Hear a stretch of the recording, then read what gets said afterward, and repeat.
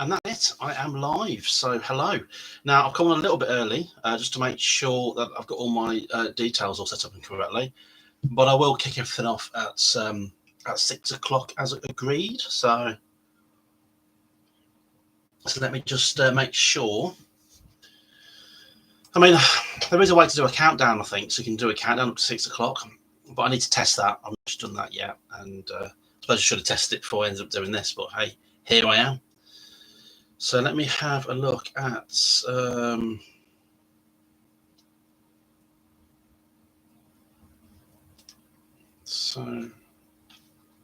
that's from stuff from Saturday. That's all right. Let me see what's going on here. I wanted to put a fan on. It's actually really, really warm in here. Yeah, so another 6 minutes or so, and then I'll kick it off properly.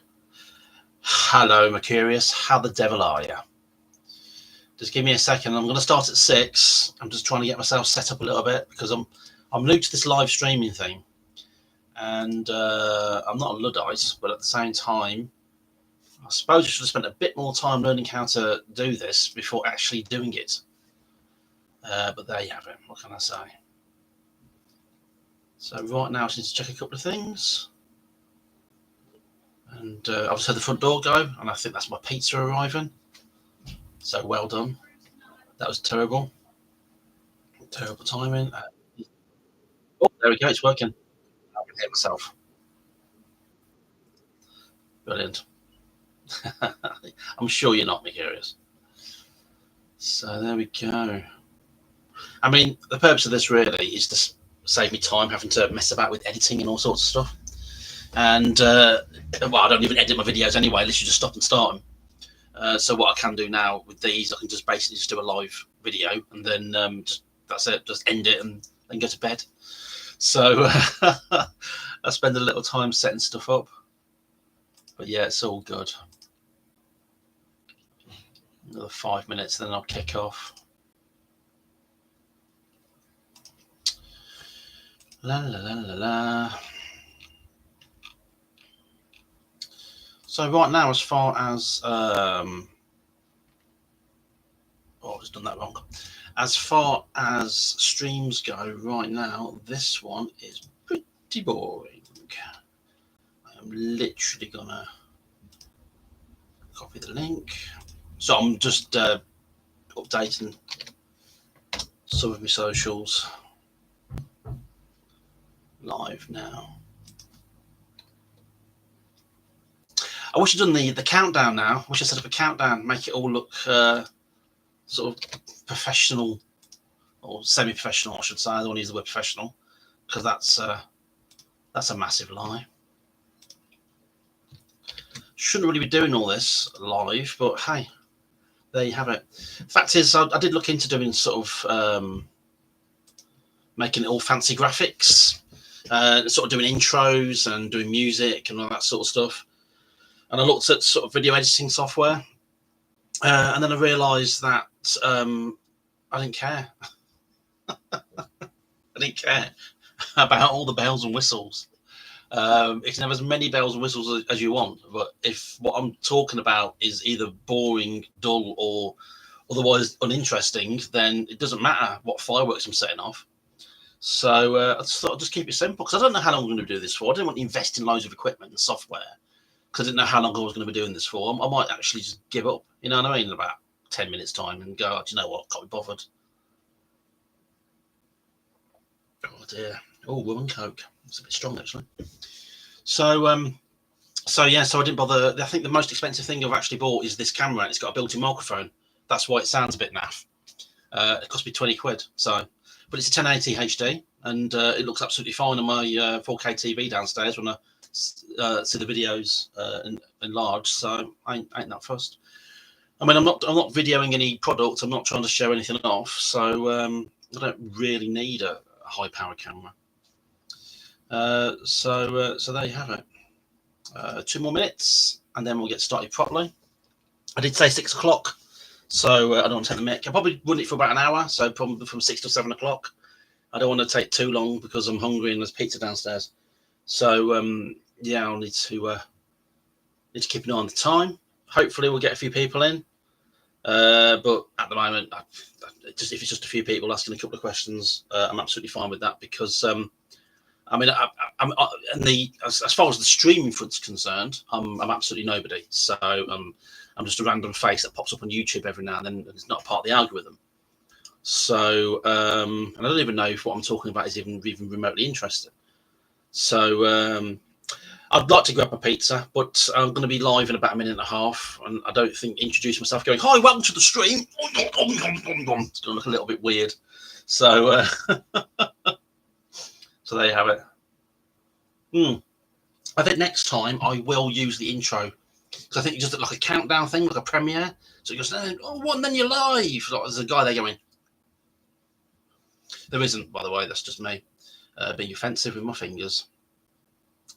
So yeah, just one more minute, and then I'll just start chatting about my favourite role-playing games. They're not all obvious. Well, a couple of them are obvious because it's me, isn't it? But yeah, I do have quite a few favourites. Some I don't actually have physical copies of, which is a pain. They're online, but I'll just probably just chat about them at some point. What kind of pizza? It's chicken supreme, mate. So it's chicken with a barbecue base, peppers, and other bits and bobs, but absolutely no pineapple. I wanted meat feast or a double pepperoni, but I was outvoted because everybody wanted chicken. So I don't mind. So anyway, hi Mark. It's good to see you, by the way, dude. I hope things are well. Keep saying that we're going to catch up. So I'm going live in 7, 6, 5, 4. And it's 6 o'clock, and there we go. So so here we go. Absolutely fantastic. Yes, mate, we will catch up soon. Thank you, Mark. Brilliant. So I thought I'd come online because these videos are really easy to do. Just basically just record something, chat about something, and it just goes onto my YouTube channel. I'll make it part of the live videos, the live stream videos. So I thought that might be a little bit of fun. And what I wanted to chat about was my favourite role-playing games and why they're my favourite role-playing games. I could go on for ages about rule systems and how the dice work and the meta plots and all that sort of stuff. But to me, all I'm interested in is how much fun I'm having with it, how involved I am with the game. There are plenty of games out there which do everything they can with their mechanics to get you involved. And this mechanic works because that's the kind of game it is. And that's great. There's no problem with that at all. I do that myself. I've done it with those Places and Pressure, using the pressure mechanic and that. But that's, to me, those kind of mechanics don't define the game. To me, always the first thing is how much fun I'm having with it. So I'm going to kick off with the absolute obvious and the game that I played the most. And that is Star Wars, the role-playing game. The very first game that I got a serious campaign out of. We bought the game originally in 1987. And you can tell this is the original copy because it's got, you can't see it, that's terrible. It's got the first 10 years thing, because this is when Star Wars was only 10 years old. And the license hadn't lapsed, so people were still interested in Star Wars. I mean, Mark can vouch for that. Oh, by the way, everybody, Mark Newbold is in the chat, and he runs a website called fanthatracks.com. It's one of the biggest Star Wars fan sites in the world. And if you want news and updates and all sorts of stuff, then it's really worth checking out. He's interviewed people from the big guns and gone to conventions and premieres and loads of Star Trek interviews as well. So, Mark Newbold is the goddamn man. So, yeah, the reason why I like Star Wars, the role-playing game, so much is because it was a really easy game to get into. It's a fantastic system using the D6 system. So you roll a bunch of D6, and then you've got to tot up the numbers, and then the higher you roll, the more chance you have of succeeding. And it's an intuitive, very cinematic system. So it allows for fast action. There's no messing about with rounds and keeping track of hit points and stuff like that. Really, really good. Even it had a really good starship system.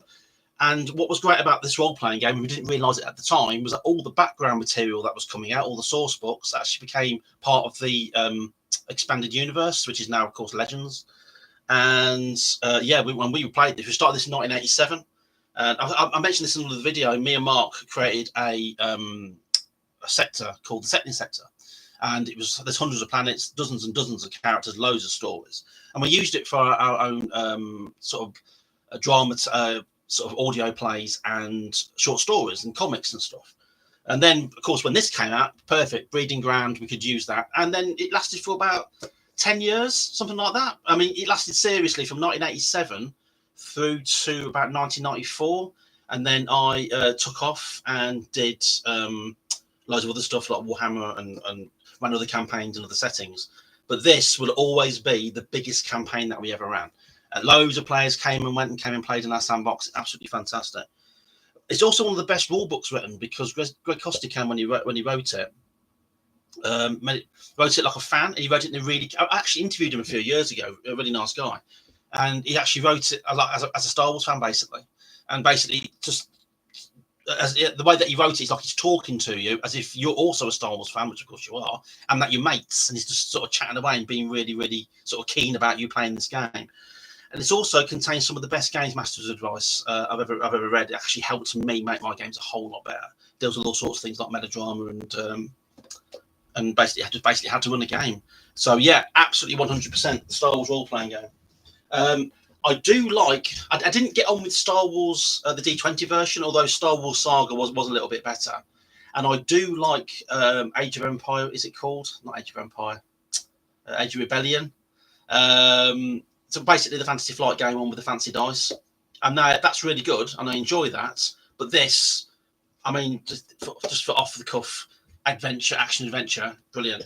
Also, the game system's so malleable. I use this as a core rulebook for loads of other different games. So I ran a fantasy game using it. I ran a contemporary adventure game. I used it for Indiana Jones style games. Idaho Smith, Mark, I don't know if you remember him. Because I remember using Call of Cthulhu for that as well. So yeah, that is a fantastic game. And talking of Call of Cthulhu, this is my favourite edition as well. I had to actually rebuy this. It's 4th edition Call of Cthulhu. I discovered H.P. Lovecraft through Call of Cthulhu and his amazing stories. I mean, of course, you find out later the guy was an absolute raging xenophobic racist. But a lot of people have owned that now and sort of turned his writing to something a bit more positive, thank God. But the stories that he wrote were fantastic. And it's very difficult sometimes to separate the art from the artist, and he's dead, so I find it quite easy, to put it bluntly.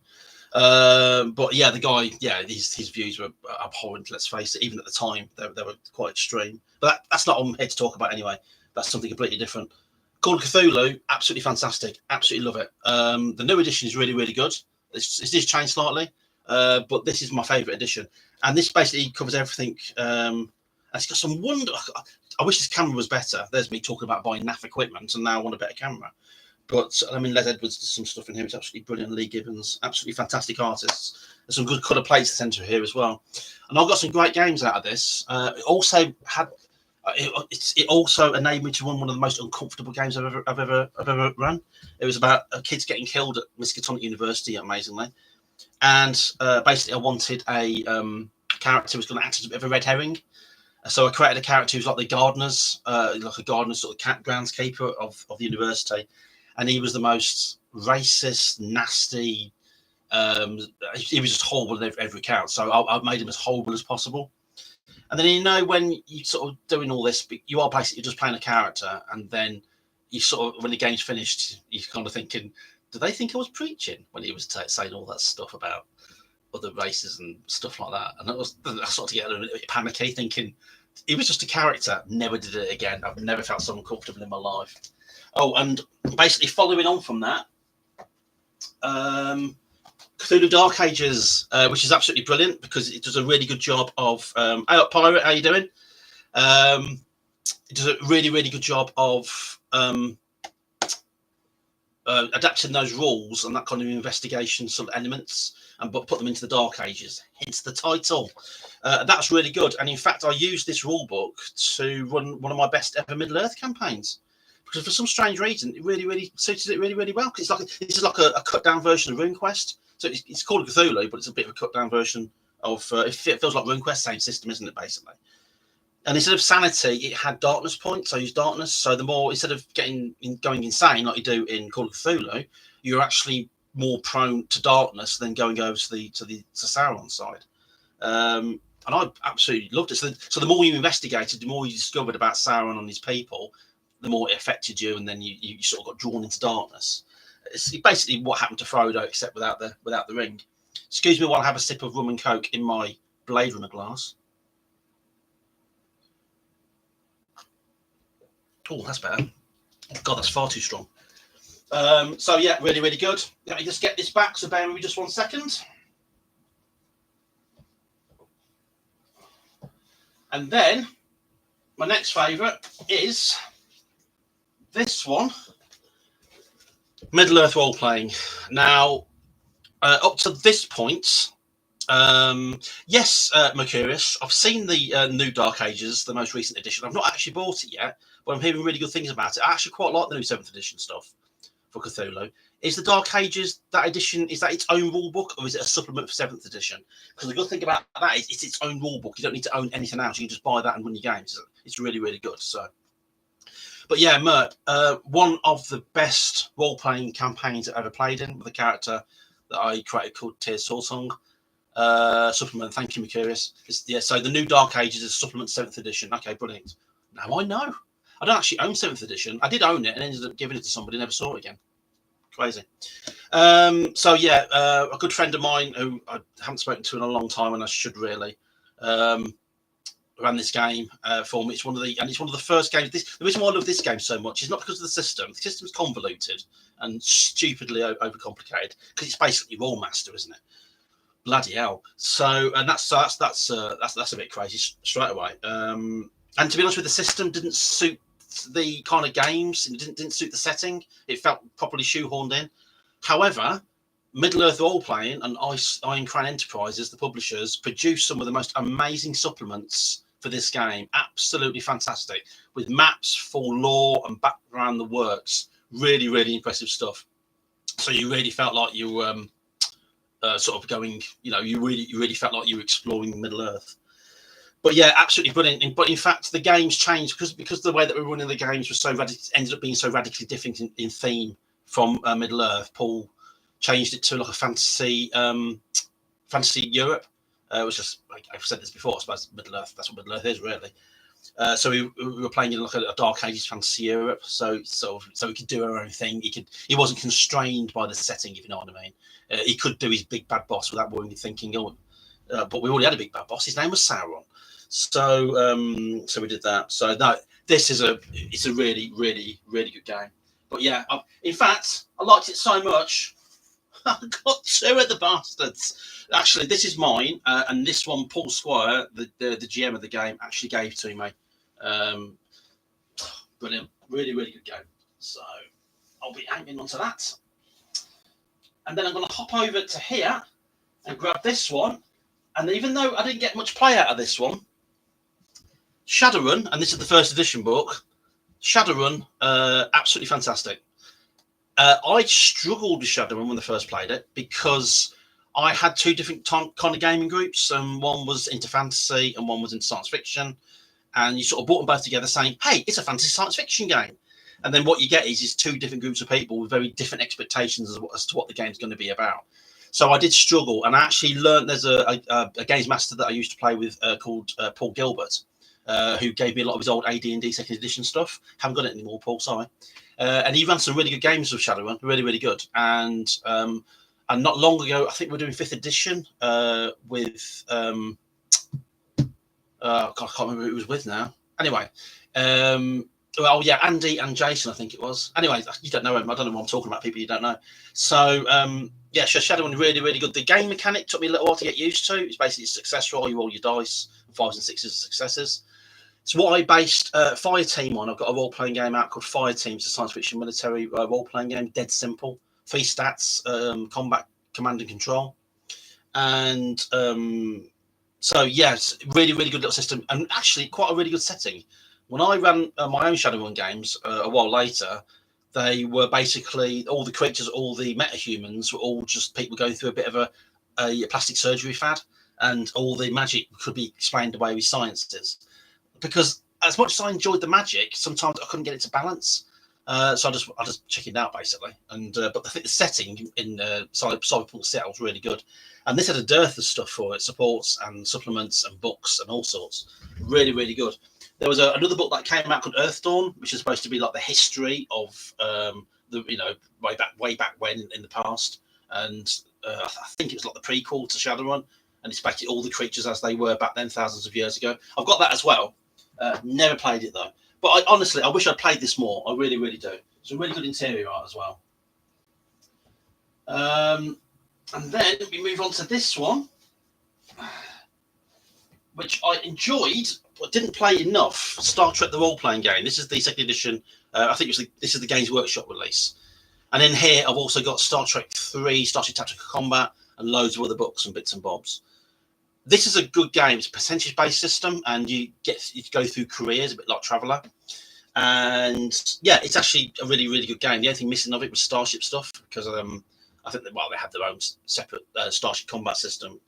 But this was a really good game, and I got the most out of this when I picked up the officers' manuals for the Lost era, so the movies and what have you, Star Trek 2 onwards, or Star Trek motion picture onwards, I should say, and the officer's manual for Star Trek Next Generation. I didn't get long campaigns out of it, but they were really, really fun. But in fact, the best campaigns that I got, you can't die during character generation, sorry, Mercurius, although that would have been funny. In this episode, everyone's dead. So it was great, but in fact, Mark Newbold, you just made a good point. My only issue with this was because the people that I was playing with knew more about Star Trek than I did. So just about every other game was, oh, we'll use a Viridian patch. What the hell's a Viridian patch? Oh shit, yeah, Star Trek 6. So sometimes it was really difficult to rein them in, but we had a lot of fun with it. In fact, my best games, as bad as it sounds, was I do have this one. Sorry if I keep stopping to disappear. Let me just dive down to here. I picked up this with the intention to run it, but never did. We actually created characters. It's Prime Directive from Task Force Games, because way back in the early dawn of Star Trek gaming, Task Force Games got the license to do Starfleet battles, and basically they went off and did their own sort of thing, and that was part of the license, so they could carry on doing their own thing. I still think they do, actually, as part of the licensing agreement. So they did this. They did their own version of the role-playing game. It's not a bad little system. I'm not 100% on board with it, to be honest with you. It's a success-based system. So what I did was I took the character sheet, which I think you might be able to see in the back here, and the character sheet lended itself actually quite nicely. You're not going to be able to see it, are you? La la la la la la la. Oh, there we go. The character sheet actually lended itself quite nicely to the D6 system. So, oh dear, so my back support. So I've got a bad back. My back support just fell off. Ouch. Back support being your pillow, by the way. So, what was I saying? Oh yeah. So it actually lent itself to the D6 system. So I took the character sheet, took the Star Wars D6 system, and just did a conversion and changed it over to the D6 system. And I think we played 2 or 3 games out of that. It was post-Dominion War, and they were playing a bunch of people on a small sort of runabout type starship. And basically, it was just the saucer section and the cell, which had been bunged together from 2 destroyed starships. And they were going out and basically trying to find out if they were going to areas of space which had been cut off for a long time, looking for survivors. Sadly, the game never took off. Just didn't get the time to do it, which is a massive shame, because I do like Star Trek. I've actually, for those Dark Places, for my game Dark Places, I did a supplement for it called Cosmic Quest, and it's basically Star Trek with the serial numbers filed off. And yeah, you can use those Dark Places rules to run Star Trek type games.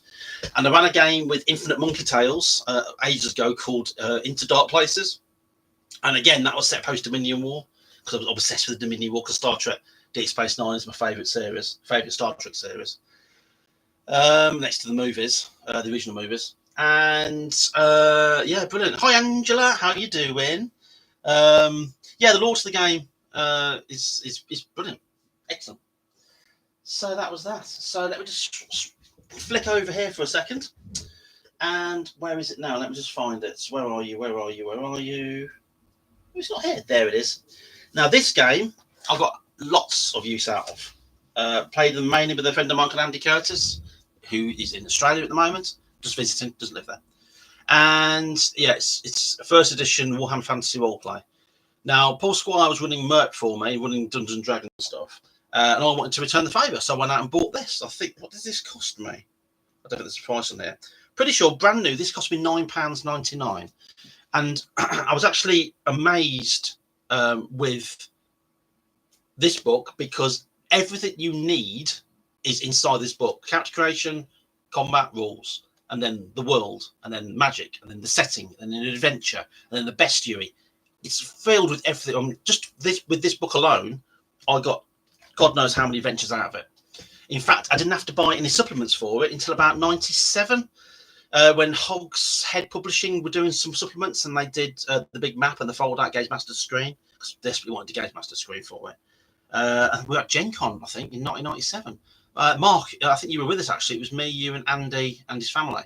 That was a great day out, that was. But yeah, me and Andy picked that up. I was really sad. I was really sad when we stopped doing the Star Wars games, but I was really sad when we stopped doing these games, because it's just really good. And I also used this to run Warhammer 40,000 games before Dark Heresy and that lot came out, which was really good, actually, because all you had to do was use the damage stats for bolters and stuff from the Warhammer 40k rulebook, and yeah, you could basically run a Warhammer 40k game. And I also used it I set it in the future a little bit, because of course the End Times wasn't around then. You know, the End Times where they destroyed the world, so you could go out and buy Age of Sigmar. Actually, Age of Sigmar is actually a really good game, so that was a bit disingenuous, to be honest with you. It is Age of Sigmar, the system itself. You can learn the whole thing in just 4 pages. It's really, really good. But yeah, you blew up the old world, you bastards. Yeah, so set it a bit further, but it was a couple of 100 years later, so it was kind of Napoleonic, and it was set the Albion invading Britannia, because the Britonians were trying to take over the place. So it was Warhammer, but with muskets. So yeah, I really enjoyed doing that. That was great fun. And somebody, I've got the book here, I won't get it out because it's just stopping the whole shelf from falling over, actually gifted me a hardback copy of the original Realm of Chaos. Brilliant. I was really chuffed with that. Really, really happy with that. And then we have... That's not it, actually. Surely that's not it. Oh, yeah, we've got this game called Those Dark Places. I'm not joking. Then we've got this game here. Let's move this out of the way. Yeah, I went to Cambridge today, bought myself a sword. It's a bit of plastic. It's actually all right, actually. It's not bad. It only cost me 15 quid. I thought, yeah, I'll have some of that. Stupid. I want to get a shield, actually. I'm going to do a little wall mounting for it, but there's no room on my wall, not with the alien head there. And talking about alien... Oh, no, it's all falling over. Be careful, John. If there was one game which captured the 2 of my favourite things in the entire world ever and distilled them into pulped wood, which was then printed upon, it would be the Alien role-playing game. So I'm so excited I need to have another sip of rum and coke out of my Blade Runner glass. God, why did I make it so strong? Brilliant. Captures the atmosphere. It captures what I love about Alien. I'm not so much into the gung-ho sort of things. I mean, I love aliens. You know I love aliens. Those Dark Places, never heard of it. I find that hard to believe, Mark. So, yeah, it's just... Let's look at it. Excellent cover. The interior is really well laid out. Lots of great use of very, very dark colours. Lots of white on black printing, though, which I'm not a fan of. I was doing white on black printing with my Deep Space games, almost straight away I started to include a print Defender version, but now I'm dropping the white and black completely and just going for black and white because it was a stylistic choice and it hasn't gone down very well.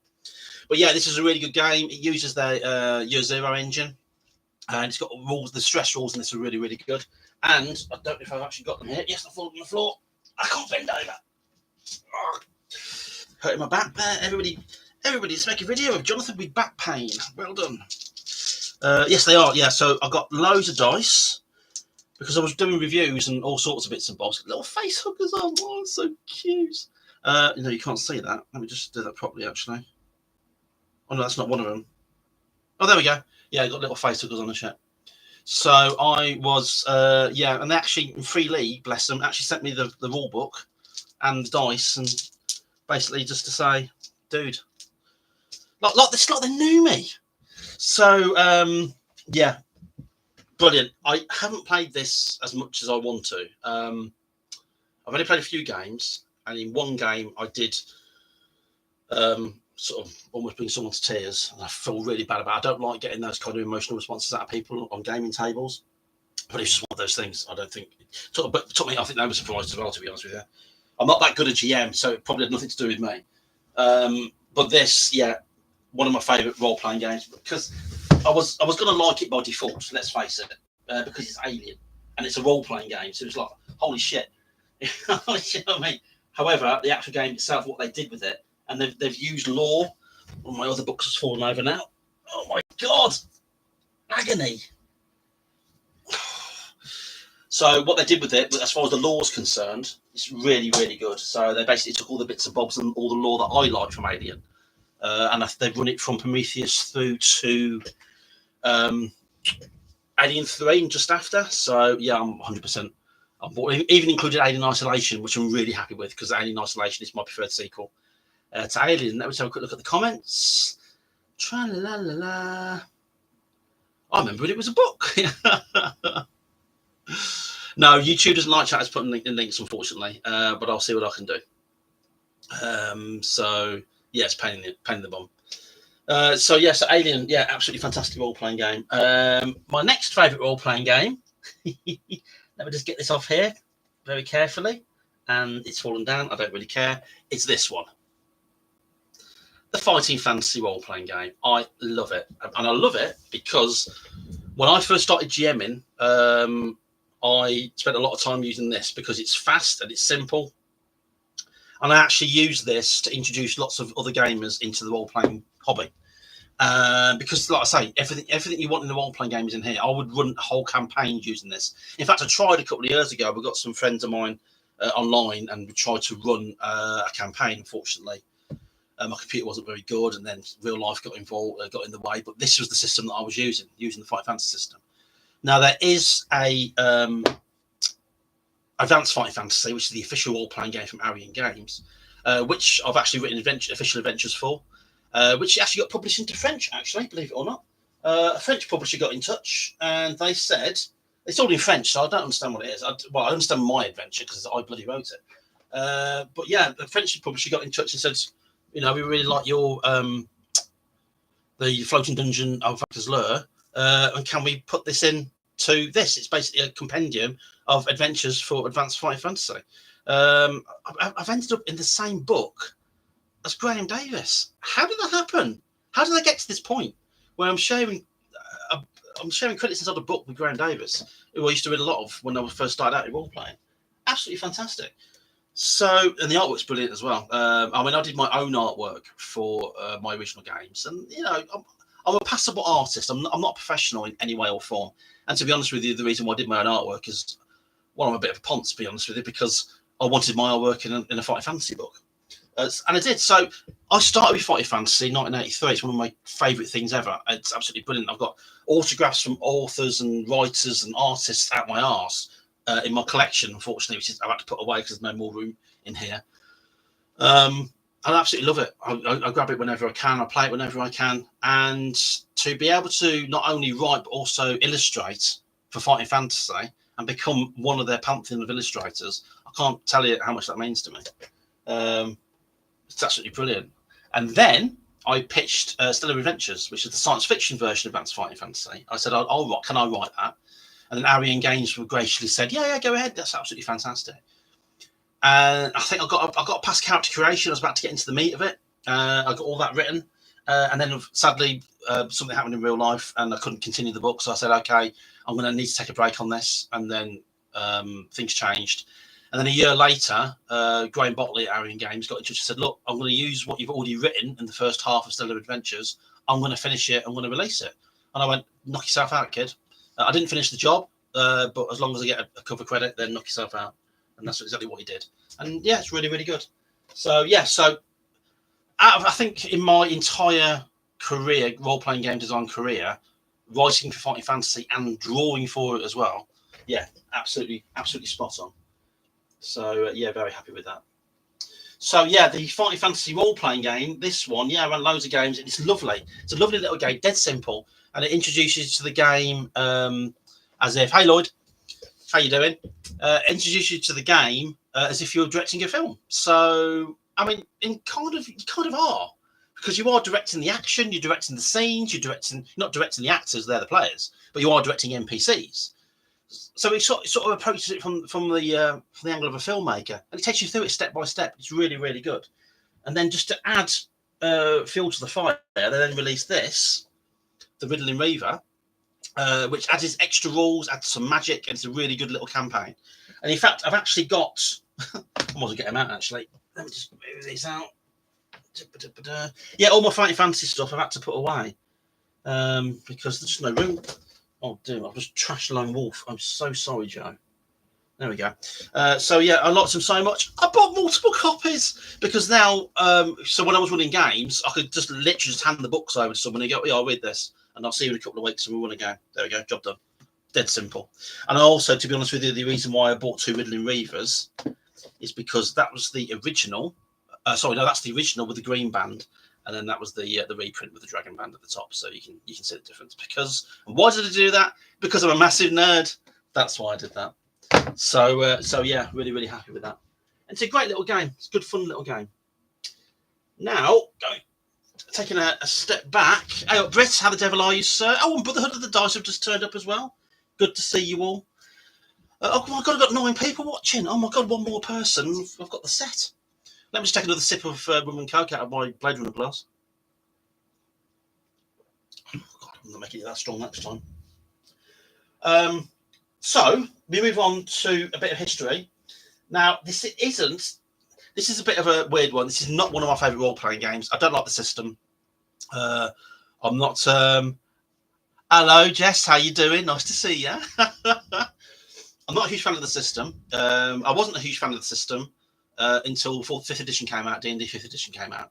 And I actually quite like D&D 5th edition. I think out of all the D&D versions, that is my favourite because it's modular. I like basic Dungeons and Dragons, and the great thing about D&D 5th edition is that you can run it as basic Dungeons and Dragons, and I have.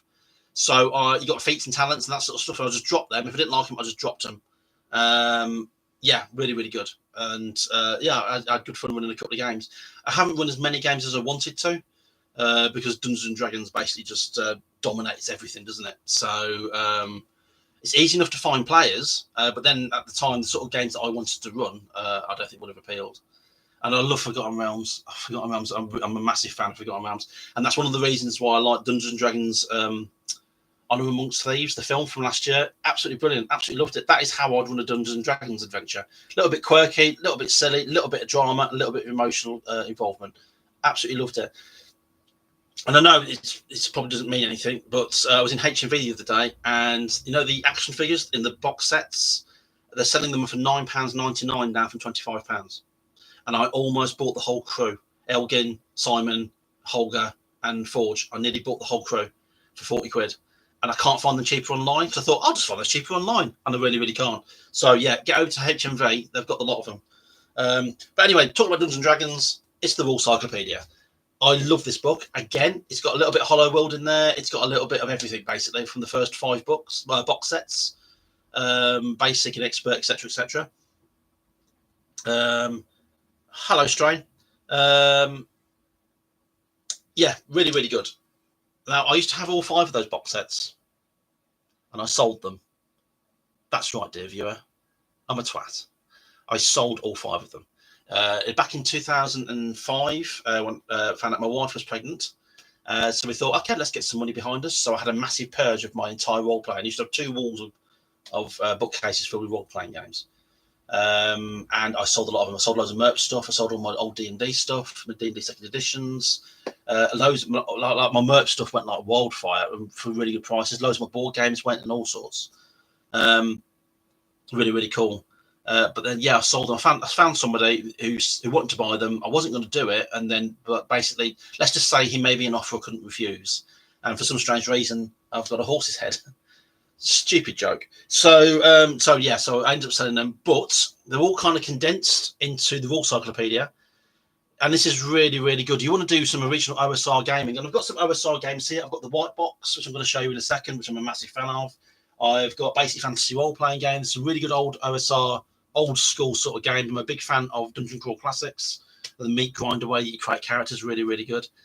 But this, yeah, I'm so glad. And this isn't a POD. This is an original copy, which I got off my friend Jason, or Big Jig. He was here the other day, and yeah, really good.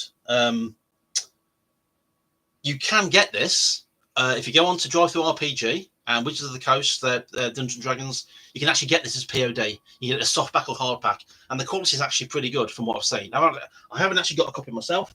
I'm so sorry, my back support just fell off again.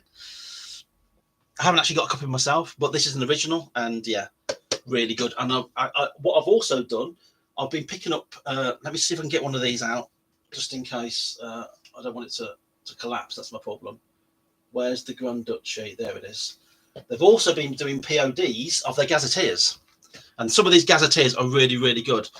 The quality of the interior is a little bit hit and miss, depending on whether of how it's been sort of scanned and printed. But yeah, these are really good. I've got loads of these, and I've also got my first edition. I'm going to get that out as well. I'm literally just showing off my collection, basically. I think I'm just being big-headed about it. I've also still got my first edition.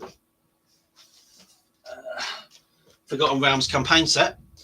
This is really good. I did have second edition as well. I actually prefer the second edition one. The maps were nicer, but this is really, really good. I just love Forgotten Realms.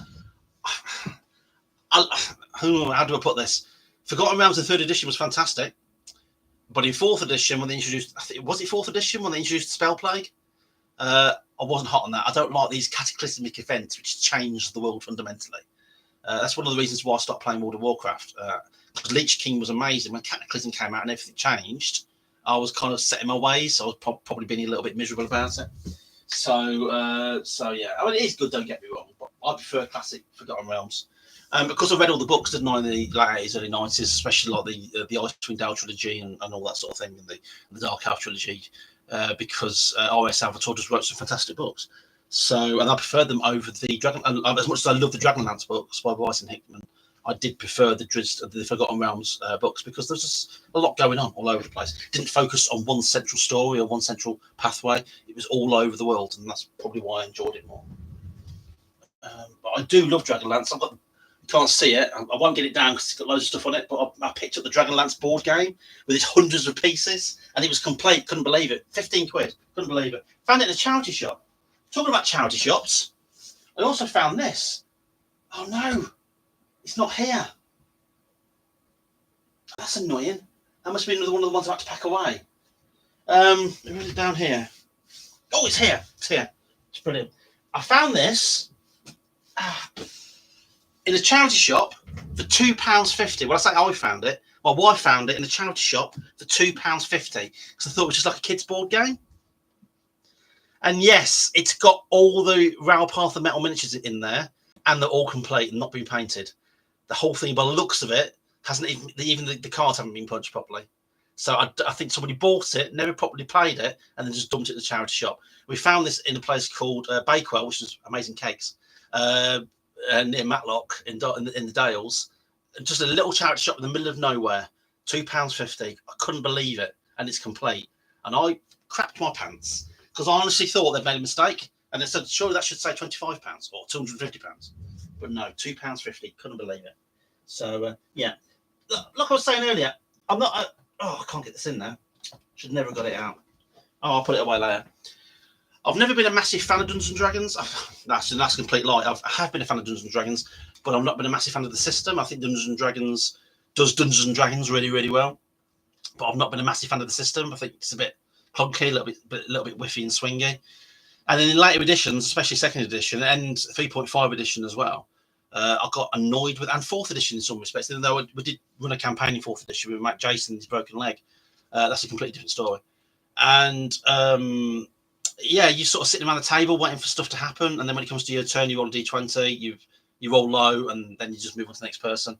It's like, wait 20 minutes for that just to roll the dice. That frustrated the crap out of me. And that's why I think D&D 5th edition, why did I pat myself on the shoulder? Yes, well done, John. Good point.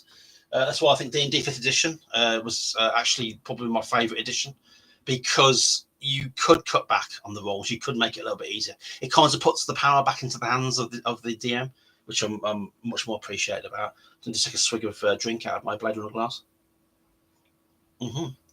So, yeah. Brilliant. So, before we go on to the next one, I'm just going to quick look at going to love a beef pastry in the air fryer, maybe a couple of jacket pots too. Brit, I don't blame you. Yeah, David Thompson, hello there. Yeah, I hate parting with stuff. To be honest with you, I mean, I had a son coming, had a little boy coming along. I was gonna have a small me. I was basically photocopying myself, and I needed cash. So, and to be honest with you, a lot of the stuff that I bought in the 80s and 90s, and a lot of it was collected. Some of it was no longer in print and collected editions. I think I timed it just right, because the amount of money that I made from everything that I sold, I actually paid for my son Bruce's first year for everything. So I look at it more of an investment than anything else. Absolutely brilliant. I'm starting to replace a lot of it now, but there we go. Angela, we was talking about this today. All you TTRPG nerds. Just to clarify, she plays with us, right? Role-playing games. Sell the books, then spend years agonising over the fact that you sold them. Yeah, well, yes. So yeah, I've lost loads of stuff in house moves. Stuff of it's really, really annoying. Hello, Western Egg. I'm glad you're enjoying it. Thank you. Yeah, David Thompson, every time you sort out your RPGs, you find something you haven't seen for 40 years. Every time I sort out my RPGs, I'm actually shocked that I'm still owning certain things, because as far as I was concerned, I'd sold most of it like 20 years ago. And I've still got loads of stuff, like 5 or 6 boxes, big boxes packed in the garage, still with loads of role-playing stuff and board games and stuff like that.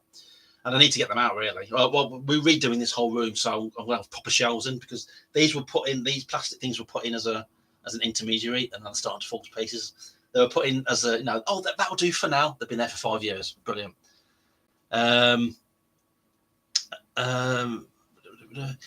Forever Nami, I volunteer in. Oh, sorry, Jess. I volunteer in a charity shop. We can get some lovely things from Tarnis, so I always encourage them looking things up if it looks collectible. Okay, so you're a better person than me, because I went into a charity shop and I found this, and this is worth a lot of money on the internet. But I found this in the charity shop. I think I paid £15 for it, 15, 20 quid. So they knew they had something, and Game of Thrones was the big thing at the time. He was talking about it. And so, yeah, they put this up. I think it's a lot more expensive now. To me, this is one of the games that I've been trying to find for ages, and it just came out of nowhere. It was in Lichfield.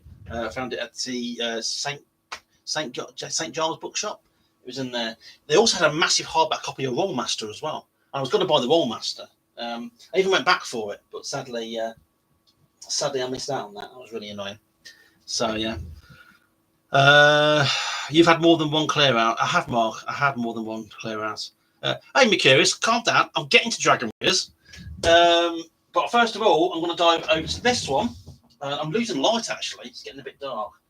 And this one is another massive favourite of mine. And I've got a really good section of games out of this one. It's another 3 league game. And it's Coriolis, the Third Horizon. Now, it's set in a sector of space where people are cut off. And it's got this very sort of Middle Eastern mystical sort of feel to it. And it's absolutely fantastic. The setting, the rules, the atmosphere it creates, it's wonderful. They're about to release a new version of this, a full book called, I can't remember, is it the Dark Ages or the Dark Age? Can't remember. That's my. I should have a look. Dark Space, where you play explorers going out.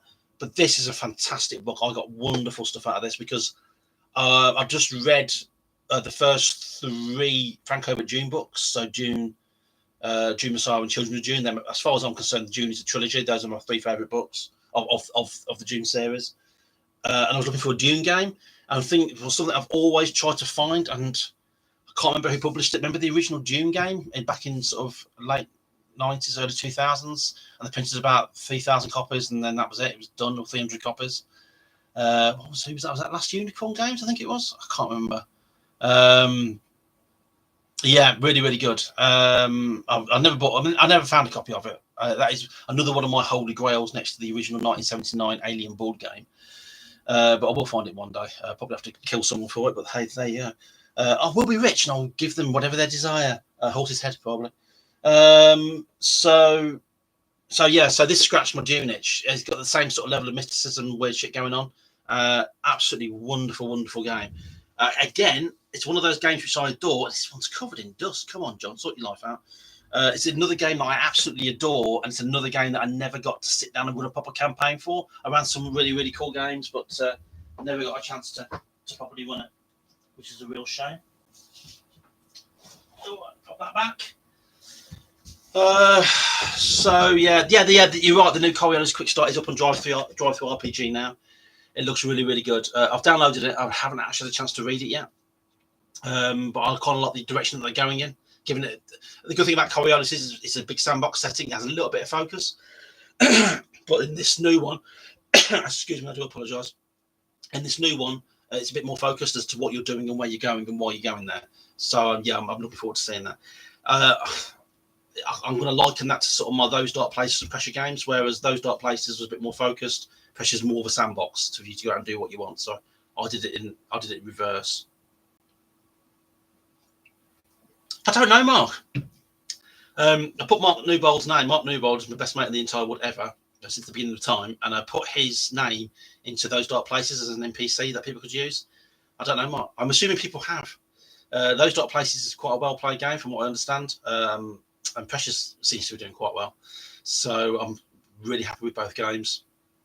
But Those Dark Places, yeah, brilliant.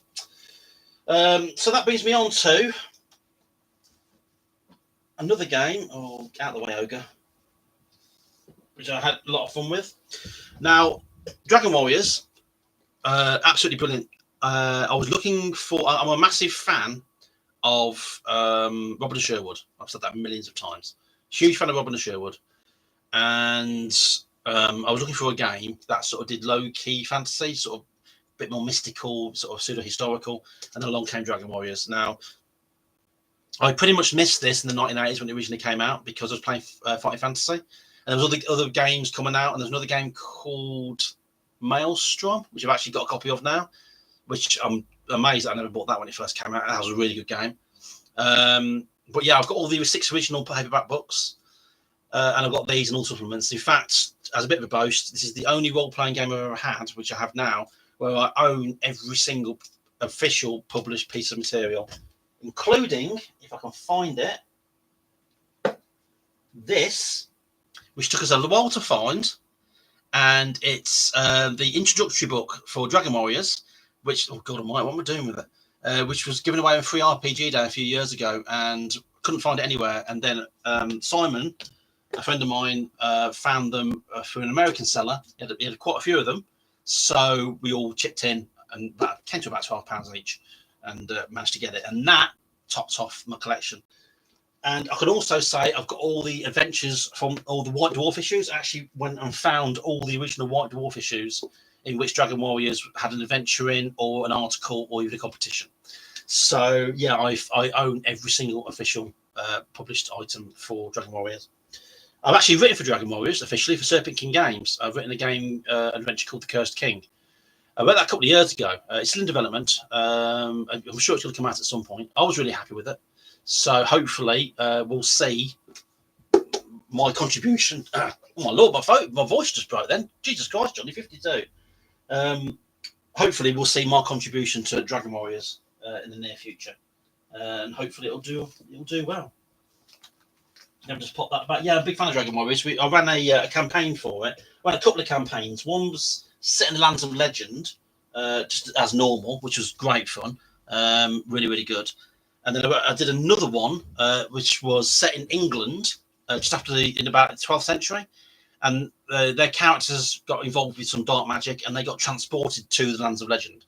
So you had people with all their 3-player characters, with all the neurosis and all the problems that a Middle Ages person would have, actually ending up in a place where all their nightmares and all their superstitions were true. So yeah, that was a good little campaign. If I remember rightly, you found a way. The players found a way to get back home, but did a bit of an Ash out of Evil Dead and went too far, and ended up on the beach just as the Nazi invasion, just as the Spitfires and stuff were flying over. Strange ending, I should say. But yeah, it was interesting. I won Dragon Warriors, and what, Dave Thompson? Well, here's the thing. You say you won that Dragon Warriors. Well, here's the issue that you won it from. Dragon Warriors prize competition.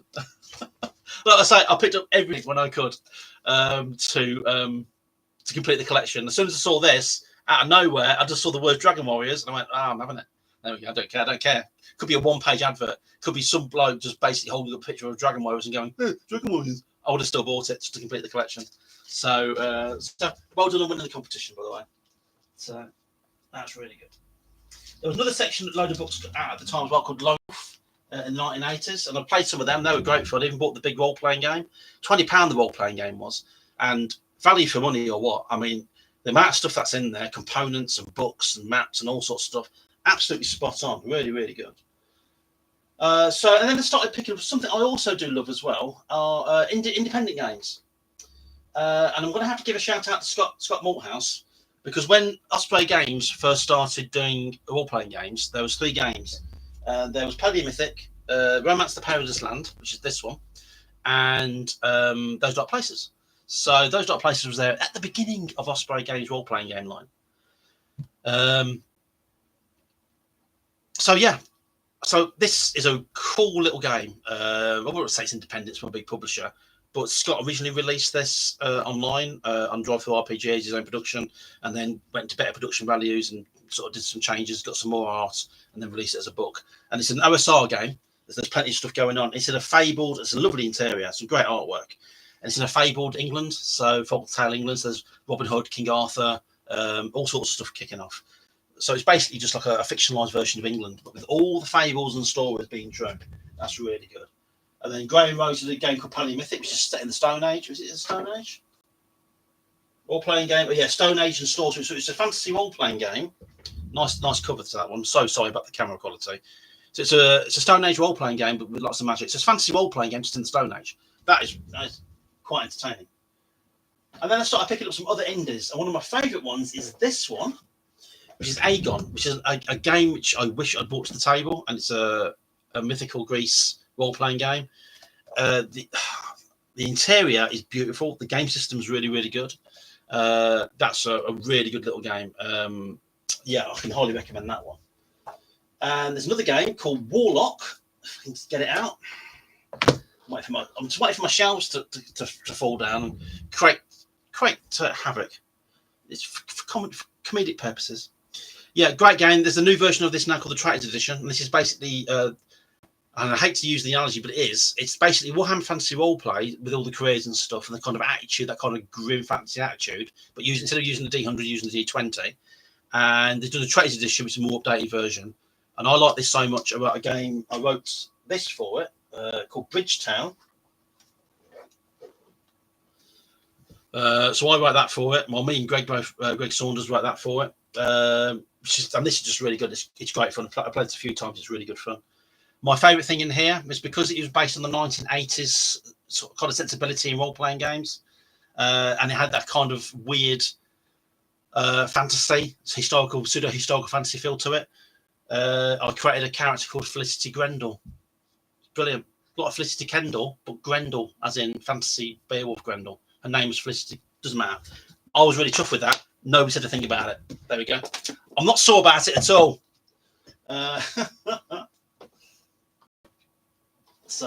But yeah, Felicity Grendel. And then, oh my lord, I just noticed this. I've still got this. Gary Gygax's role-playing mastery. Oh my lord. He came with lots of stuff in there about how to be a role-play master, how to be the master of the hobby. Absolute nonsense. Fun, and something to aspire to in some respects. In fact, I can say I've ticked all the boxes. I've created my own games, I've run lots of games, I've run games at conventions, I've run games at game shops. I've actually run a convention called GammaCon about 10 years ago. So yeah, I've ticked all the boxes. I'm a role-playing master, according to Gary Gygax. And I think that is about it.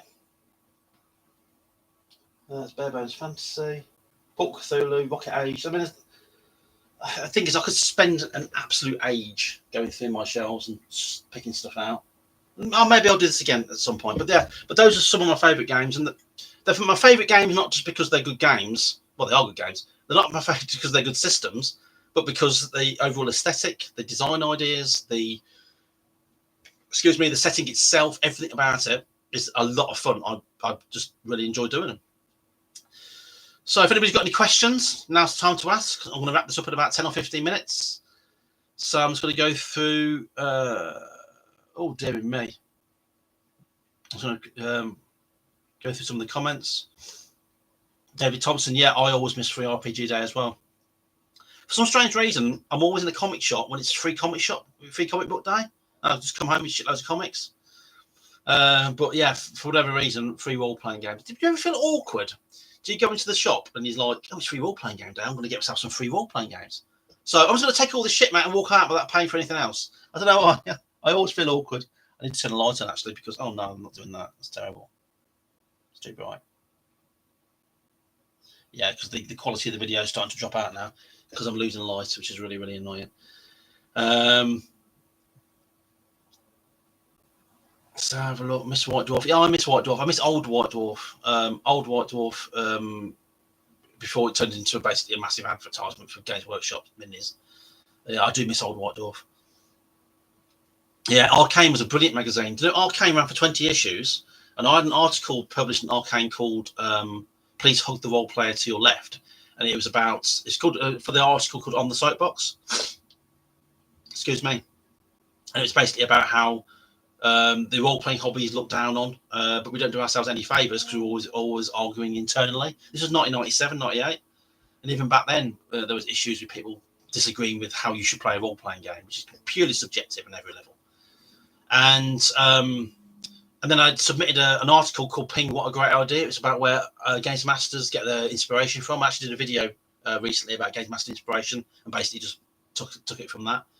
And they agreed to publish it. And he said, I'm going to publish this. I'm going to pay £120, which was a lot of money back then. Brilliant. And then 2 months later, the magazine folded. So I could have been originally published properly, paid for role-playing writer, sort of 26 years ago. But that's a massive shame. Pete Jones, yes.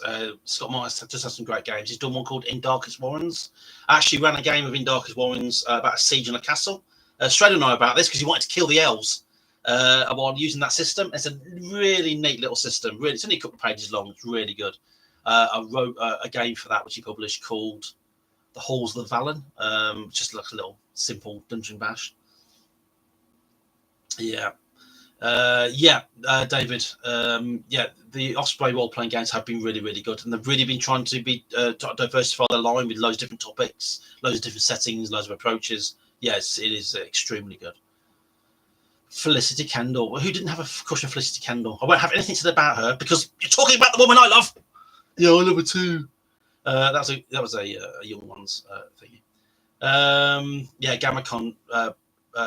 Mark. I enjoyed doing GammaCon, but the day was very long and extremely stressful. And I also think it was like because I used to run a shop called Hard Sixes, which unfortunately I had to close down.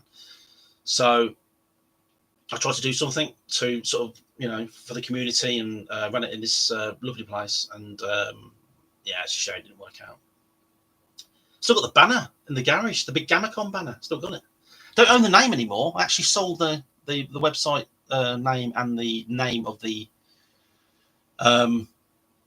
actual convention to a dude in Australia. So weird. So if I did do it, I'd have to do something different. Oh my God, Wesley, you're right. What of Traveller? It's another game. I'm actually running. I've got it right here. I completely forgot. I'm actually running. This is the Mongoose edition. I haven't bought I haven't bought the new edition yet. I do want to get it because the artwork and the covers are brilliant. But I'm actually running Traveller at the moment. And I originally played Traveller in the 1980s. We used it for Star Wars because we didn't have the Star Wars role-playing game at the time. And I've not properly played this in a long, long time. And I used to have the little black books, and God help me, I used to have a copy of as Anti-High Lightning as well, but that's gone. And it's a great game. It's a really good game. You can die in character creation. But I'm running a game on Sundays at the moment with a group, and it's really handy because there's two guys in the group who are like aficionados of Traveller. I've been playing it for 40 years. We're members of the British Isles Traveller Society. And it's a great little game. We're having really good fun with it. I do want to do something a bit different, but I'm using the Traveller system. Not Traveller system. I'm using the Traveller setting, and it's really, really good. That's another favourite of mine. I never played this as much as I wanted to in the 80s. I had the chance to play it in the 90s and passed up on it, and then had another chance to play it properly using the original little black books. Blimey, 12, 15 years ago. And then I picked this up. I actually lost my copy of it And then a guy, a very nice guy called Paul, ended up sending me his a spare copy that he had. And then I've been getting some of their stuff from Drive-Thru-RP on POD, and it's really, really good. So the supplements and the source books and a couple of the adventures. But yeah, excellent game. Really, really, really good. Having great fun with it. We've actually swapped players a few times. We've actually brought in a couple of extra players as well who really want to play Traveller. But it's the original science fiction role-playing game. There's a lot you can do with it. And yeah, it's deadly. But the system, the only complicated thing about it is the character creation system, and maybe a whole bunch of tables if you're trying to do stuff randomly. But as soon as you get into the game, just rolling dice, rolling 2d6, the target number's 8. It's really, really simple. It's really, really good. I'm curious. Yes, I do have Rocket Age. I've got the original Rocket Age down here, which I bought, which I'm a bit of a fan of. I think he's done a 5th edition version of it as well now, which is I've not actually got that one, but I hear that it's actually quite good. I have 3.5 role-playing game shops in my city. Did one burn down? What do you mean by a half, David? All 50 yards apart. Yeah, we haven't got one anymore. We've got Kingdom Gaming in Northampton at the moment. But it's because they're going with what's popular. They do have some role-playing stuff there, but I must get down there and run some games because it's a good little shop, and everybody in there is really nice and friendly. I tried Geek Retreat, but I think that's more focused on being a cafe than anything else. Some old pirate. How do I get out of this chicken shit? You secure that shit, Mark. Come here. So, aliens. Just in case you're wondering, she said I just had a fit or something. Dave Thompson, I wish we could have the 1980s Games Workshop back.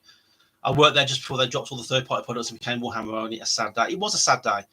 The only thing I got out of that was the fact they had a massive sell-off, and I was picking up Does Dread role-playing game stuff for like £2 a pop. I got loads of RuneQuest 3rd edition stuff for £1.50 a book. You know what I mean? They were just literally that was in Birmingham, when the Palisades were there, or was it the Pavilions? No, I'm sure it's the Palisades. And they were literally just clearing the shop out, and it was full of people. You were literally just piling shit into your bag and just giving them a tenner and just walking out. So I've got loads of 10-sided dice and all sorts. But it was a sad day because Games Workshop, it was the go-to place. There was 2 places that we used to go to in the 80s, and that was Games Workshop and Virgin Game Centre, again in Birmingham. And the Virgin Game Centre was fantastic. That's where I was getting all my Star Wars stuff from. I also picked up 2300 AD and Twilight 2000 from there, the original box sets. I got loads. I got Torg from there. Remember when Torg came out in the box set as well? I used to enjoy that. Never got to play it. It was a really good little book. But yeah, I managed to get that from the Virgin Game Centres. Was really, really good. Pete Jones. Yeah, Traveller is an iconic cover. It's really for something so simple, literally just red and black and yellow, depending on what book you were getting. Yeah, it's so simple. I do like the new Mongoose Traveller book covers. I think they're really, really neat. But the old ones, little black books, basically was just telling you. It wasn't giving you visual cues, so you could make of it what you wanted. You make of it what you will, guys. Really, really good. Faster Star Trek was good. I've got Star Frontiers as well for the 1980s TSR, and I've got another version of it called Frontier Space, which is like a homage to it. It's like its spiritual successor. Really good. I used to love Star Frontiers. I only ever played that twice. I used to have the box set. Again, sold it. But again, they're doing it as POD on a Drive-Thru-RPG at a really good price. They're doing that and Nighthawks. So, really recommend that. Any recommendations of games that are very beginner, TTRPG friendly, only dabbled in D&D so far? I'll be honest with you, Jess. Dungeons & Dragons, especially 5th edition, is a really good place to start because the amount of support that it's got online and all sorts, so you can see how it's played and who plays it and why they play it, etc. It's really, really good. There's no denying that Dungeons & Dragons it's not an easy game to understand as far as rule wise. It is a little bit crunchy, but as far as getting into it, it's probably one of the easiest things. It's getting really dark now. Just give me just 1 second. I need to put a light on. I need to stand up now. You're going to watch an old man get up with a bad back now. Oh, blimey. There we go. Oh my god. It's like the second coming. Well, it is Easter. There we go. Oh my lord.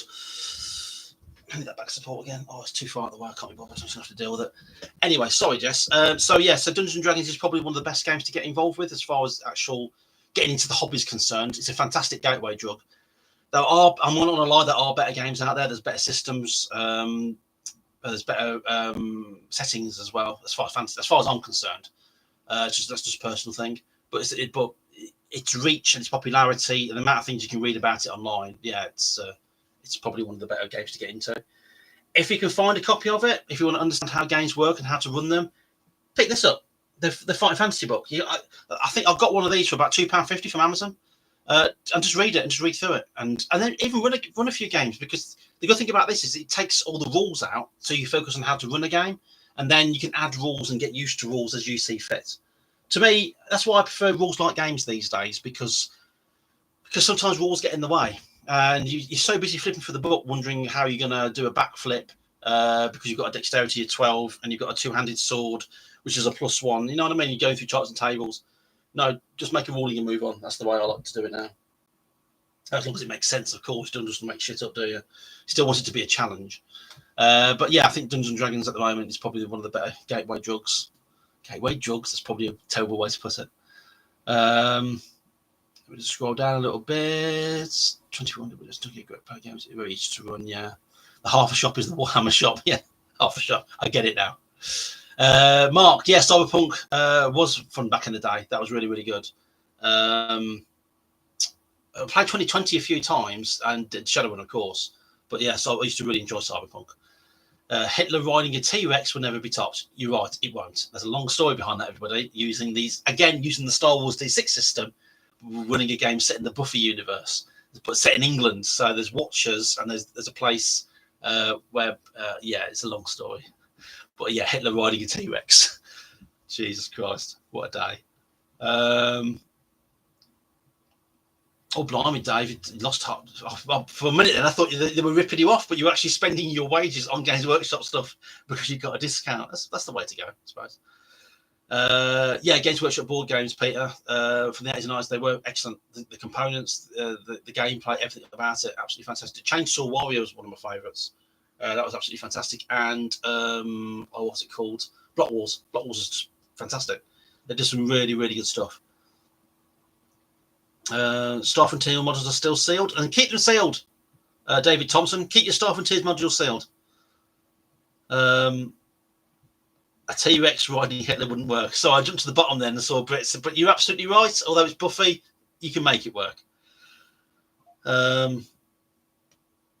John's Deep Space, 4 pages of rules. Yeah. Western Egg. When I wrote Deep Space, I just wanted to keep it as simple as possible. I was actually, when I originally wrote it, it was about 10, 15 pages long. And I thought, what's with all this gaff? Just dump all the gaff and just go straight to what the rules are about. That's what I did. So, yeah, I'm really happy with that. David Thompson, old man, I'm 62, get off my lawn. Take it from an old man, not old. I had my tea. Did you mention Pathfinder?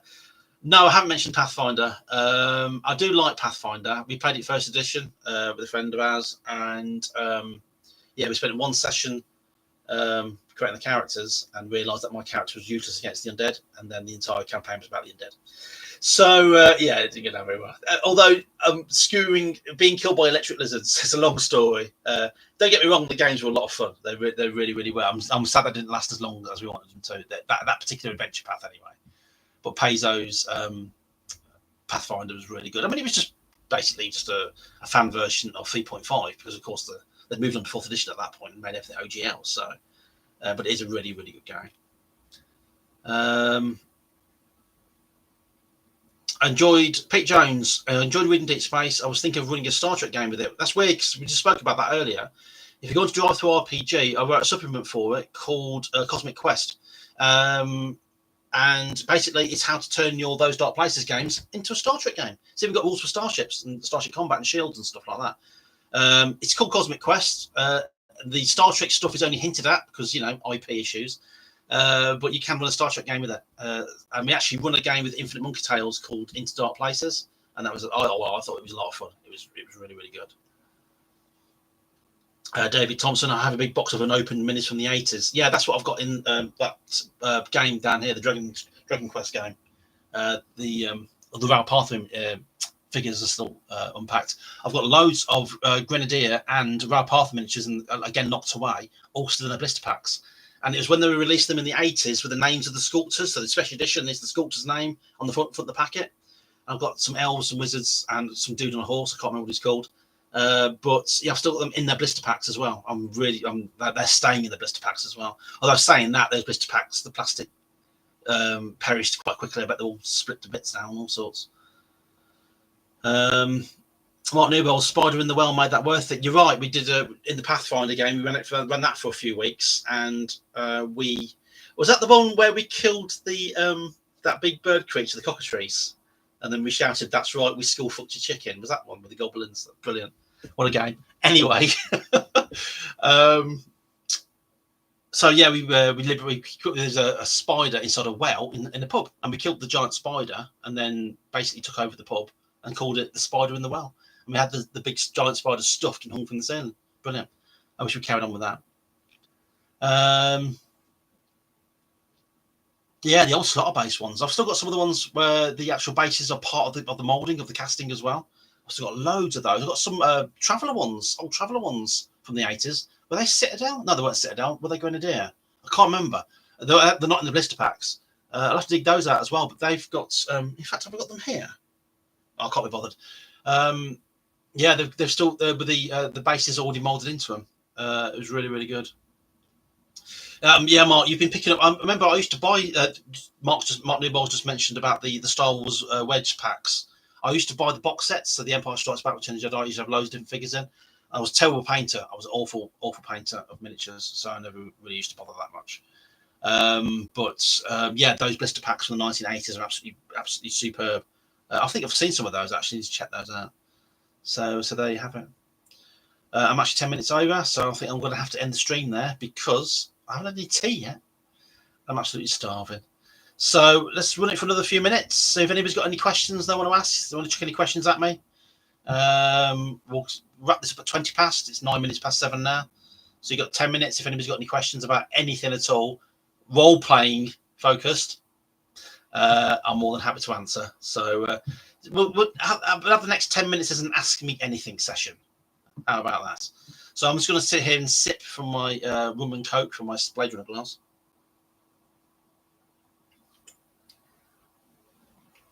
David Thompson, I entered an invisible stalker in the Games Workshop Golden Demon painting competition. It was 2 footprints on a slaughter base. You see, I would have given you the award for that, just for taking the piss so well. Mark Newbold, when are you, me, and Mr. Semple getting around the table and rolling some dice? See, that's a fantastic question.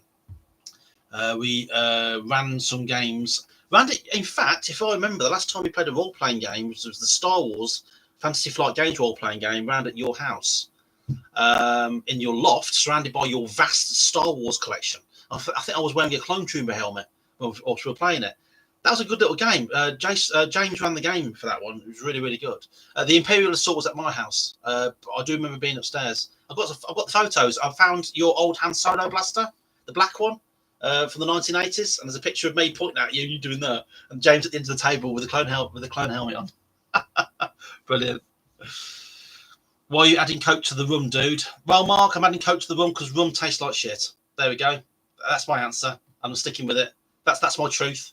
I can't drink rum neat, unfortunately. I don't drink that much anymore, and I can't drink rum neat. Although this is spiced rum, it is very nice. I'll sip at it, but no, if I want to drink it, I'll drink it with coke. David Thompson, what is your most treasured RPG item, and what's your favourite RPG of all time? Oh my lord, that's a really good question. For pure enjoyment, fun, and memories, my favourite role-playing game of all time is going to be Star Wars, the D6 First Edition Star Wars role-playing game. I have said before that my favourite game is Warhammer. I've said before that my favourite game is MERP. But just for the sheer breadth of players, of people being involved, the people that came and went, that whole 10-year campaign that we ran, it's definitely going to be the Star Wars role-playing game.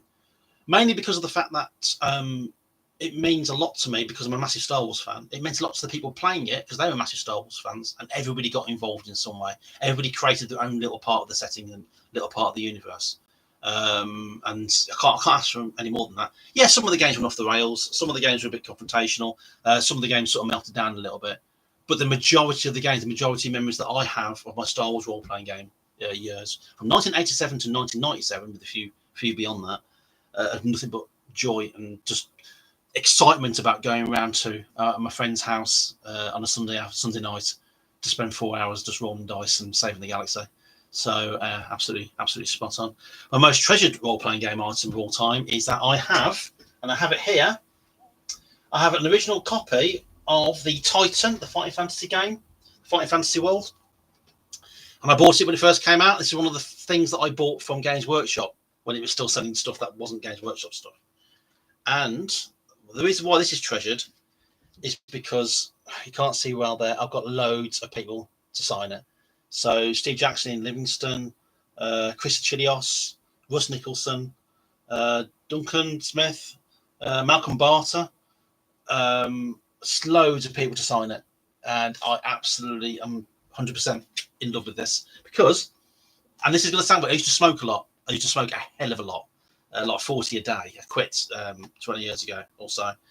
And this still smells like my old home where I used to play this game and read this a lot. And it smells like smoke. It's just really weird. I don't know why that's weird. I don't know why I said that, but it is weird. But that's just the way it is. So this means a lot to me because I spent years getting these signatures. And yeah, brilliant. Just looking at it, actually, the Russ Nicholson one I was happy with. So I've got Tony Howe, there he is. Jonathan Green. So yeah, that is my most prized possession. The book's really good. It's a lot of fun. I wouldn't say it's my favourite source book, but it's the signatures that are in it that make it what it is. Let me just pop that back. I've got loads of other stuff signed by them as well. I've got sent some postcards from Steve Jackson and Livingston. They signed those. I got remember the not Dungeons and Dragons, what we're talking about, the Death Trap Dungeon card game. I got Ian Livingston to sign that. That was really, really cool. So let me go down here. Banana rum and lemonade is the best from Brits. That sounds really nice, actually, Brett. I might actually try that. And Martin Newbold, you're right. There'll never be another Amagad. I'm sad that I crashed the heat into it and turned it into a nuclear wasteland. That's a long. I'm not even going to bother explaining to anybody about that. It's a role-playing game, guys. We've got anecdotes to deal with it. Strain, my treasured RPG product is Western Games Adventures Journals. Well, of course, it's your most favourite product you get. You're constantly telling me that you've still got the journals. God, one day I'm going to find out where you live. Oh, God, that was a little bit threatening. I didn't quite mean it like that. We hated the Warhammer fights, David Thompson. When I was at Games Workshop, we hated the Warhammer Fantasy role-playing game system, but the setting was amazing. Got to be honest with you there, David. The Warhammer Fantasy role-playing game system is shit. It's clunky. The magic system didn't work properly. Everything about it was just pure whiff. So frustrating. You started out really crap. I suppose it sort of reflected the nihilistic nature. Let me put a light on here. It's kind of reflected the nihilistic nature of the Warhammer Fantasy role-playing setting. But yeah, it was a little bit dicey, wasn't it? However, in my experience with game systems, it's what you make of them and not what they are. And I've had amazing campaigns with some really dodgy systems, like MERP. I think MERP is a bit of a dodgy system. Overly complicated and stupidly restrictive, but also in the right hands of the right GM, and then plays really, really well. But if I picked up Warhammer Fantasy Roleplay with any other game of any other setting, I probably would never have played it again. But we got some great stuff out of it. You still out the pits, Mark? Yes, I have. That's the original copy. The colour plates in the section are starting to come away because this is 40 years old now. But yeah, I've still got that. I've also got the reprint of it as well. One of my greatest achievements as far as Fighting Fantasy is concerned is when Graham Botley was doing Demons of Doom, another source book like this, but for demons. They could play a demon and all sorts. He was short for 6 illustrations, and he came to me and asked me to do illustrations for Demons of Doom. So I drew him 6 demons, which he's put into the book. And I'm alongside other luminaries of that time. So again, I'm sharing pages with people who were my heroes when I was a teenager.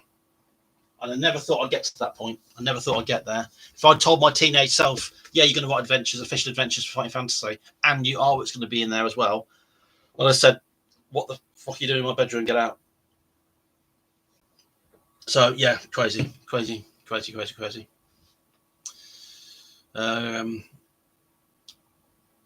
Yes, Mark, I interviewed Jonathan Green at the SOS Weekender, and we still say hello to each other. I'm going to see him at conventions and what have you.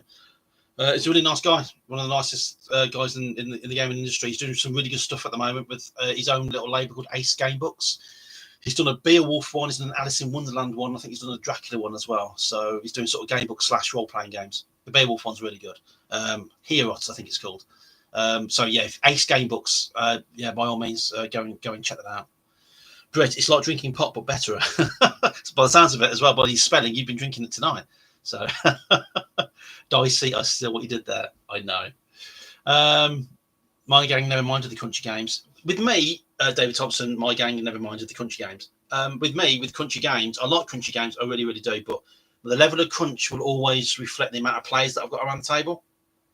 So when I ran a MERP campaign once, again, I'm going to make a video about that, about me running games in the Tolkien setting, because I was such a snob about Tolkien, about how the games should be conducted and what should happen. No wonder they didn't work, but I'll go into more detail with that another time. We ran a MERP, and I think we had 4 players, and the game just collapsed because it's basically the game just turned into table checking sessions. But with 2 players, it was so much better. So the more players that I have, the more reduced the rules I want to be, the more simple I want the rules to be. So when I designed those Dark Places, I made them so rule simple because I created 7 crew positions. So I designed it with the mind that you might have 7 players. And the last thing you want in a game is having 7 players around the table doing a mystery, tense sort of horror game, and then the mechanics kick in, and then everything just slows down to a crawl. And the next thing you know, you're waiting for your turn because there's 6 other people ahead of you, and you're looking at your phone, and then all the tension that has been built for that the game has gone out the window. So the mechanics basically get out of the way, so you can concentrate on the narrative and the actual flow of the game. So if I was running either a solo, like a one-on-one, or a 2-player game, yeah, I'd use systems like Middle Earth or Dungeons and Dragons and what have you. And then the more people that get involved, the less the less I want the rules to be in the way. So the shorter the rules get. I think that's what made Star Wars, the role-playing game, so good, was because the rule system was so simple. And we did have like 6 or 7 players around the table. But everybody knew the system, everybody had a copy of the game, and everything was really quick and fluid. You roll the dice, did you hit target number? Yes or no, roll your damage, move on. Really, really good. I used to absolutely love that. All the mutants. Yeah. I love one-on-one so much. Dave Thompson, I keep saying your name, David, I keep saying your whole name for some reason. David, some of my best games have been one-on-one. When I ran my Warhammer Fantasy roleplay game, started it in 95. That started as a one-on-one with my mate Andy Curtis. And we did that for a long time. Other people came and went and dropped in and dropped out. Like a session of Dragon's Dogma or Elden Ring. So, yeah, it was really, really good. One-on-one can be great. The great thing about one-on-one is you can be so focused on the PC, and they're focused on the game that you're presenting. It makes things a whole lot easier to run a game because you don't have to worry about anybody else around the table. And yeah, it can get really, really intense especially during combat. I found the tensest moments were in combat. Yeah, brilliant. One-on-one games are actually fantastic. So there you have it. So that's it. 20 past 7. So I'm going to leave it there. I think now I'll just take one last swig from my Blade Runner glass. Oh my god! By the way, I keep calling it a Blade Runner glass. It's very similar to Blade Runner, but not quite. We got these cheap for £2 from IKEA a while ago. I've got 2 of them. Really nice. So there you have it. So anyway, thanks to everybody who turned up. I'm on. I think I peaked at 13 people. Brilliant. So hopefully, what I'll give better notice next time, so that we can have a bit of a longer chat and get more people involved and be a bit more focused. And so yeah, I'm going to leave it there. Now this is a bit I hate because I'm going to click it end stream and about another 6 boxes are going to come going. Are you sure? Are you sure? And then I'm going to look like a twat because the video's going to carry on. I'm going to be there going, look, I don't know what I'm doing, but I do know what I'm doing. I don't know what I'm doing. So yeah. Cheers, everybody. I'll speak to you all again soon. Any questions, anything you want to know, comments or anything like that, this is going to be not live. This is going to be on my TTRPG playlist. So any more comments and anything like that, or any other questions or any follow-ups, just go there and then, yeah, see what I do on the next stream. So, yeah, cheers, everyone. Speak to you again soon. Bye-bye.